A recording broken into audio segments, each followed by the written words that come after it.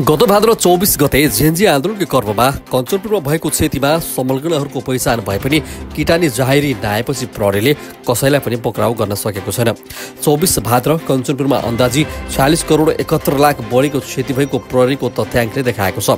जिल्ला प्रहरी कार्यालय कञ्चनपुरका प्रहरी न्याय उपरीक्षक प्रहरी प्रवक्ता सागर बोहराले पीडितहरूको मुचुल्का बनाउने कार्य सम्पन्न भए पनि कुनै पनि पीडितले किटानी जाहेरी नदिएपछि उक्त आन्दोलनमा संलग्नहरूलाई पक्राउ नगरिएको बताउनुभयो। पीडितले आवश्यक कारबाही गरी पाऊ भन्ने निवेदन र क्षतिको विवरण दिए पनि तोडफोड र आगजनीमा संलग्न भन्दै किटानी जाहेरी नदिएको उहाँले जानकारी गराउनुभयो। ठुलो घटनाहरू चाहिँ भएन। भदौ 24 गते चाहिँ सरकारी कार्यालय त्यस्तै गरी निजी आवासहरू व्यापारिक प्रतिष्ठानहरूमा चाहिँ यहाँ पनि आगजनी तोडफोड र लुटपाटहरू भएको छ।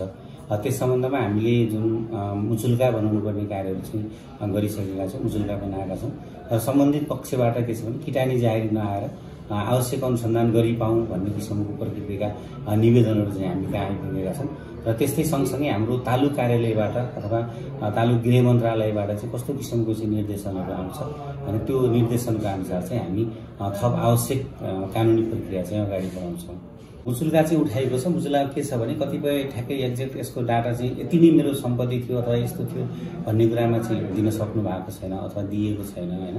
र हामीले चाहिँ उहाँहरूको भनाइअनुसार चाहिँ सम्बन्धित घर धनी अथवा तिनको भनाइअनुसार चाहिँ उहाँले भनेअनुसारको मुचुल्का जुन हुन्छ के अरे घटनास्थल मुचुल्का जुन हुन्छ त्यो मुचुल्का चाहिँ हामीले तयार गरेर राखेका छौँ र यसको सँगसँगै सहायक प्रमुख जिल्ला अधिकारीको अध्यक्षतामा क्षतिको मूल्याङ्कन गर्ने भनेर एउटा समिति पनि गठन भएको छ।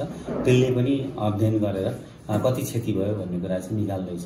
त्यो अनुसारको किटानी जाहेरीहरू आयो र हामीलाई माथि हाम्रो माथिल्लो कार्यालयहरूबाट पनि त्यही किसिमको निर्देशनहरू आयो भने कानुनी प्रक्रिया चाहिँ अगाडि बढाइन्छ। हाम्रो शुक्लाफाटा टिभीलाई सब्स्क्राइब गरेर सहयोग गरिदिनुहोला।